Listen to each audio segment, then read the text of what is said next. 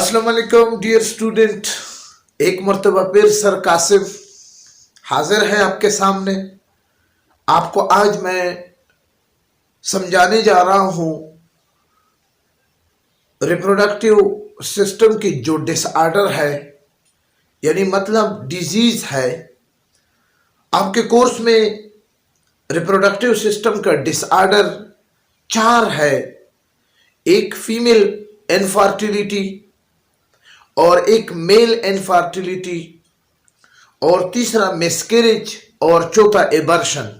आज इस मुख्तसर वीडियो में मैं आपको फीमेल इनफर्टिलिटी क्या होती है, फीमेल इनफर्टिलिटी की क्या क्या काजेज है, इसके क्या साइन एंड सिम्टम है, इसको कैसे डायग्नोज किया जाता है, इसकी ट्रीटमेंट किस तरह होती है, और इसको प्रिवेंशन कैसे किया जा सकता है।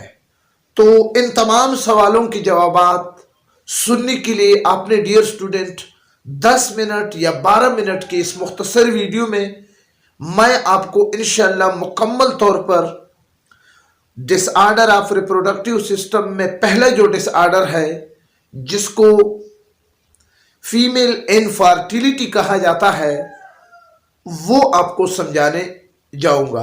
ये आपके सामने मैंने बोर्ड पर बहुत सारे आपके लिए एग्जामिनेशन के लिए पेपर के लिए मटेरियल भी लिखा है। इससे आप आखिर में अगर आप समझ गए तो इसको आप आखिर में स्क्रीनशॉट इससे लेकर अपने साथ महफूज करें। ये बहुत ही वैलिड और बेहतरीन कंटेंट है। इससे आपके पेपर एग्जाम में जब आप इन चीज़ों को लिखेंगे तो यकीनन एग्जामिनर पर आपका एक रौब बैठ जाएगा कि वाकई स्टूडेंट ने कुछ पढ़ा है। तो मैं शुरू करने जा रहा हूं। सबसे पहले है डिसऑर्डर का क्या मतलब है। डिसऑर्डर का डियर स्टूडेंट मतलब यह है कि जब रिप्रोडक्टिव सिस्टम का एक फंक्शन है प्रोडक्शन, अपने जैसे ऑफस्प्रिंग पैदा करना स्पीशी का, जब वो फंक्शन मिस हो जाए, जब रिप्रोडक्टिव सिस्टम नहीं होगा, तो फिर इस सूरत में, ऐसी सूरत को फिर हम कहते हैं कि ये डिसऑर्डर है। यहां पर हम डिसऑर्डर को बामानी ये डिजीज लेते हैं कि रिप्रोडक्टिव सिस्टम के कौन कौन से डिसऑर्डर है। दुनिया के बहुत सारे औरतें, दुनिया के बहुत सारे मेल शादी करने के बाद बहुत परेशान होते हैं कि हमारे बच्चे क्यों नहीं होते। इसी तरह फीमेल भी बहुत परेशान होती है कि आफ्टर मैरिज मेरे बच्चे क्यों नहीं हो रहे हैं। तो वो एक एहसास कमतरी के शिकार हो जाती है। तो ये वीडियो उन लोगों के लिए भी है जिनके बच्चे नहीं होते, वो अपने प्रॉब्लम को फाइंड आउट करके डॉक्टर के साथ, डॉक्टर से इलाज भी कर सकेंगे। तो आइए देखते हैं डियर स्टूडेंट के फीमेल के बच्चे क्यों नहीं हो रहे हैं। ठीक है, तो जी फीमेल इनफर्टिलिटी के सबसे पहले मैंने आपको डिफिनीशन लिखा है। आपको नजर आ रहा है कि मैंने लिखा है फेल्यूर टू अचीव प्रेगनेंसी, यानी जब सक्सेसफुल फर्टिलाइजेशन ओवा और स्पर्म का नहीं होगा तो प्रेगनेंसी शुरू नहीं होगी। डियर स्टूडेंट याद रखें, प्रेगनेंसी उस पीरियड को कहा जाता है, उस प्रोसेस को कहा जाता है जो कि सक्सेसफुल फर्टिलाइजेशन के बाद। सक्सेसफुल फर्टिलाइजेशन का क्या मतलब है? जब ओवा स्पर्म के साथ इनका मेलाप हो जाए। कहां पर? यहां पर ओविडक्ट में, जिसको फेलोपाइन ट्यूब भी कहा जाता है। यहां पर इसके मेलाप से जो जाइगोट बनता है, वो जाइगोट यहां पर बच्चादानी में, यूरेट्रस में इम्प्लांटेशन शुरू करे तो इसको हम कहते हैं प्रेगनेंसी। लेकिन यहां पर मैंने लफ्ज लिखा है फेल्यूर टू अचीव प्रेगनेंसी। अब इस फीमेल में प्रेगनेंसी नहीं होगी, वो प्रेगनेंसी को हासिल नहीं कर सकेगी आफ्टर मैरिज, यानी शादी के बाद। ठीक है ना, क्योंकि मैं मुस्लिम सोसाइटी की बात कर रहा हूं। जर्नल सोसाइटी की मैं बात नहीं कर रहा हूं, क्योंकि मुसलमानों में एक रिवाज है, एक दस्तूर है, सुन्नत नबवी है, निकाह मिन सुन्नती फमर रग़िबान सुन्नती फलैस मिन्नी और कमा काला रसूलुल्लाह सल्लल्लाहु अलैहि वसल्लम के निकाह मेरे सुन्नत है, जो इस सुन्नत को तर्क करेगा वो हम में से नहीं है। तो यहां पर मैंने लफ्ज आफ्टर मैरिज लिखा है, ठीक है ना। तो after marriage provided even for a sexual intercourse, अगरचे वो sexual intercourse twice in a week यानी हफ्ते में या दिन में या कई मर्तबा वो करते हैं, लेकिन फिर भी प्रेगनेंसी अचीव नहीं हो रही है, तो इस डिसऑर्डर को हम फिर क्या कहते हैं, फीमेल इनफर्टिलिटी। याद रखिए डियर स्टूडेंट, ये डिफिनीशन आप लफ्ज बाय लफ्ज याद करें, इंशाल्लाह बहुत परफेक्ट डिफिनीशन है, हर लिहाज से ये परफेक्ट डिफिनीशन है। क्लियर? तो जी आगे जाते हैं। फीमेल इनफर्टिलिटी, इसकी क्या वजूहात है कि प्रेगनेंसी फेल्योर हो रही है, प्रेगनेंसी को ये फीमेल अचीव नहीं कर रही है, ये प्रेग्नेंट नहीं हो रही है, इसकी क्या काजेस है? तो आइए देखते हैं। सबसे पहला काजेस क्या है? ओव्यूलेशन डिसऑर्डर है। ओव्यूलेशन कहते हैं रिलीज ऑफ एग को, यानी ये फीमेल रिप्रोडक्टिव सिस्टम भी मैंने आपके लिए बनाया है, ये ओरी है और इसके अंदर ये क्या है, ग्राफियन फोलिकल के अंदर एक इमेच्योर ओसाइट मौजूद है। जब इस ओरी से ये एक रिलीज नहीं होते हैं तो फिर हम इसको क्या कहेंगे, ओव्यूलेशन डिसऑर्डर। याद रखिए कि ओव्यूलेशन डिसऑर्डर एक हार्मोन की वजह से होती है जिसको कहते हैं LH। पिट्यूटरी ग्लैंड के पोस्टीरियर लोब पर एक हार्मोन जिसको कहा जाता है LH, luteinising hormone. Luteinising hormone की इम्बैलेंस की वजह से या लेक ऑफ की वजह से ओव्यूलेशन नहीं होगी। यानी इस फीमेल में एक प्रॉब्लम ये भी हो सकता है कि यहां से ओरी से जब एग रिलीज नहीं होंगे तो फिर क्या होगी, फीमेल इनफर्टिलिटी की सबसे बड़ी वजह ये भी है। ठीक है। दूसरी है हार्मोनल इम्बैलेंस। आप इसको देख सकते हो, हार्मोनल इम्बैलेंस। याद रखिए कि फीमेल रिप्रोडक्टिव, फीमेल फर्टिलिटी के लिए 4 हार्मोन काम करते हैं। एक हार्मोन है फोलिकल स्टिमुलेटिंग हार्मोन, दूसरा है एस्ट्रोजन हार्मोन, चौथा है प्रोजेस्टेरोन। ये 4 हार्मोन जब इम्बैलेंस हो जाए, ठीक है ना, इसकी मिकदार में कमी बेशी हो जाए तो फिर भी इनफर्टिलिटी की चांसेस, इस फीमेल की इनफर्टिलिटी की चांसेस ज्यादा हो जाते हैं। तो ये दूसरी वजह है फीमेल इनफर्टिलिटी की। इस वजह से प्रेगनेंसी क्या है, अचीव नहीं हो रही है। तीसरी वजह, फीमेल हो सकता है कि बहुत कमजोर हो, ठीक है ना। अगर उस कमजोर फीमेल में अक्सर फीमेल इनफर्टिलिटी होती है। आपको पता है कि मेंस्ट्रुअल साइकिल में फीमेल से 3 से लेकर 7 दिन तक, ठीक है ना, 3 से लेकर 7 दिन तक ब्लीडिंग विजाइना बर्थ कैनाल की रूट से निकलती है।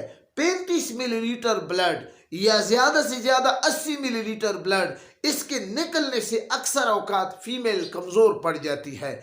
तो ऐसी फीमेल जो पहले से कमजोर हो और फिर मेंस्ट्रुअल साइकिल भी वाक़ई हो, हार्मोन, चौथा है प्रोजेस्टेरोन। ये 4 हार्मोन जब इम्बैलेंस हो जाए, ठीक है ना, इसकी मिकदार में कमी बेशी हो जाए तो फिर भी इनफर्टिलिटी की चांसेस, इस फीमेल की इनफर्टिलिटी की चांसेस ज्यादा हो जाते हैं। तो ये दूसरी वजह है फीमेल इनफर्टिलिटी की। इस वजह से प्रेगनेंसी क्या है, अचीव नहीं हो रही है। तीसरी वजह, फीमेल हो सकता है कि बहुत कमजोर हो, ठीक है ना। अगर उस कमजोर फीमेल में अक्सर फीमेल इनफर्टिलिटी होती है। आपको पता है कि मेंस्ट्रुअल साइकिल में फीमेल से 3 से लेकर 7 दिन तक, ठीक है ना, 3 से लेकर 7 दिन तक ब्लीडिंग विजाइना बर्थ कैनाल की रूट से निकलती है। 35 मिलीलीटर ब्लड या ज्यादा से ज्यादा 80 मिलीलीटर ब्लड इसके निकलने से अक्सर औकात फीमेल कमजोर पड़ जाती है। तो ऐसी फीमेल जो पहले से कमजोर हो और फिर मेंस्ट्रुअल साइकिल भी वाकई हो, साथ है सेक्सुअल ट्रांसमिटेड डिजीज। जैसे सेक्सुअल ट्रांसमिटेड डिजीज उस डिजीज को कहा जाता है जो कि person to person sexual contact की वजह से वाकई होती है, तो उस डिजीज को कहा जाता है सेक्सुअल ट्रांसमिटेड डिजीज। आपके सामने मैंने 2 डिजीज लिखे हैं, सिफिलिस और गुनेरी। इंशाल्लाह इस पर मैं अलग वीडियो आपके लिए बनाऊंगा, तो उसमें आपके लिए प्रॉपर डिटेल भी आपको दे दूंगा जी। इसके बाद है ट्यूबल इनफर्टिलिटी। ट्यूबल इनफर्टिलिटी का क्या मतलब है? ट्यूबल इनफर्टिलिटी का ये मतलब है कि ये फीमेल रिप्रोडक्टिव सिस्टम में आपको अगर नजर आ रहा है, ये पार्ट जिसको ओविडक्ट कहते हैं, ये बाज़ औकात ब्लैक होते हैं, या इसमें जो ओवा एग ये प्रॉपर तरीके से ट्रेवलिंग नहीं कर सकती, तो ये भी एक वजह है फीमेल इनफर्टिलिटी का, ठीक है ना। और इसके बाद है एंडोमेट्रियोसिस। एंडोमेट्रियोसिस यानी ये यूरेट्रस में आपको 3 लेयर नजर आ रहे हैं, एक है पेरामेट्रियम, दूसरा है मायोमेट्रियम और तीसरा है एंडोमेट्रियम। ये एंडोमेट्रियम यूरेट्रस के अंदर स्पंजी लेयर है, ठीक है ना। और ये स्पंजी लेयर प्रोजेस्टेरॉन बनाते हैं और प्रोजेस्टेरॉन इसमें विस्कोलराइज यानी ब्लड वेसल भी बनाते हैं। बाज़ औक़ात ये शेडिंग शुरू कर देती है, ये डिस्ट्रॉय हो जाता है, यानी सक्सेसफुल फर्टिलाइजेशन के बाद जाइगोट जब इसमें इम्प्लांटेशन शुरू कर देते हैं तो ये शेडिंग शुरू कर देती है। ये भी एक वजह है इनफर्टिलिटी का। क्या है? Menstrual disturbance. मेंस्ट्रुअल साइकिल आपको पता है कि हर महीने 28 दिनों में फीमेल में discharge of blood, mucus, cellular debris, vagina, birth canal के जरिए ब्लीडिंग होती है, तो इसको हम मेंस्ट्रुअल साइकिल कहते हैं।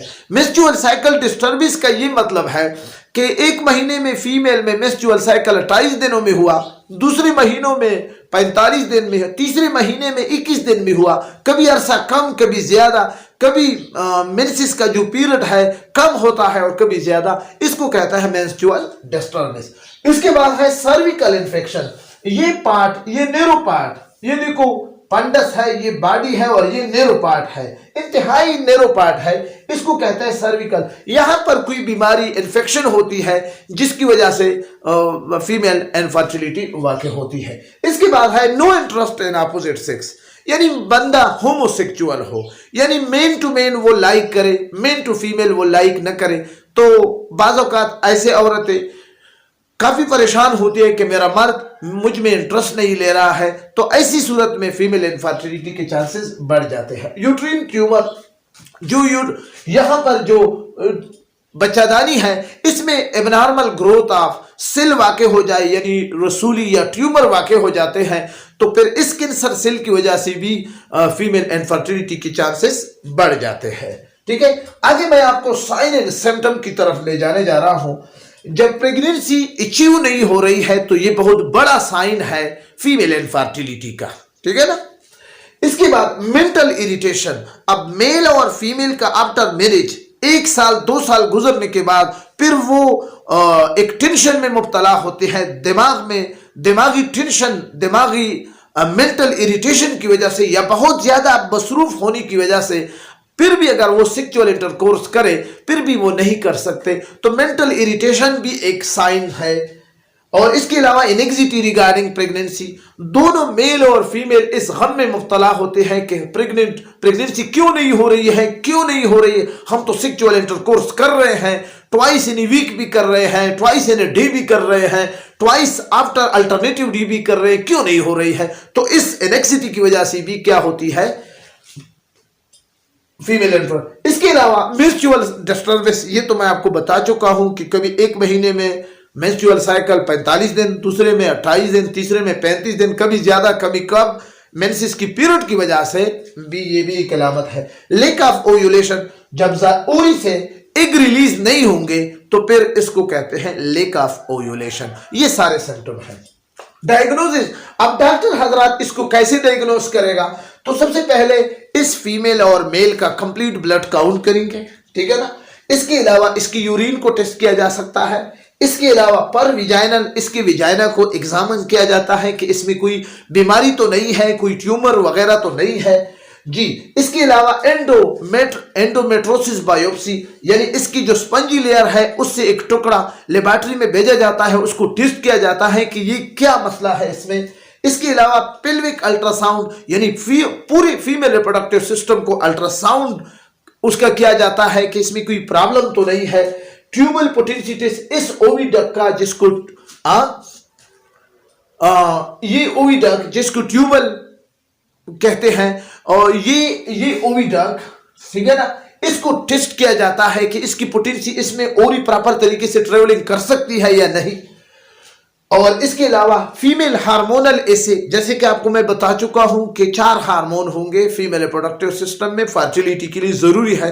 एक फोलिकल स्टिमुलेटिंग हार्मोन जो ओरी के अंदर फोलिकल बनाएंगे 300 से लेकर 30,000 तक, और दूसरा है एस्ट्रोजन जो कि स्टॉप करेगा फोलिकल को 30,000 के बनने के बाद, और इसके बाद फिर ल्यूटेनाइजिंग हार्मोन जो ओव्यूलेशन का काम करेगा, और इसके बाद फिर प्रोजेस्टेरोन जो कि गेस्टेशन यानी 9 महीनों की पीरियड में वो सारा काम इसी हार्मोन का है।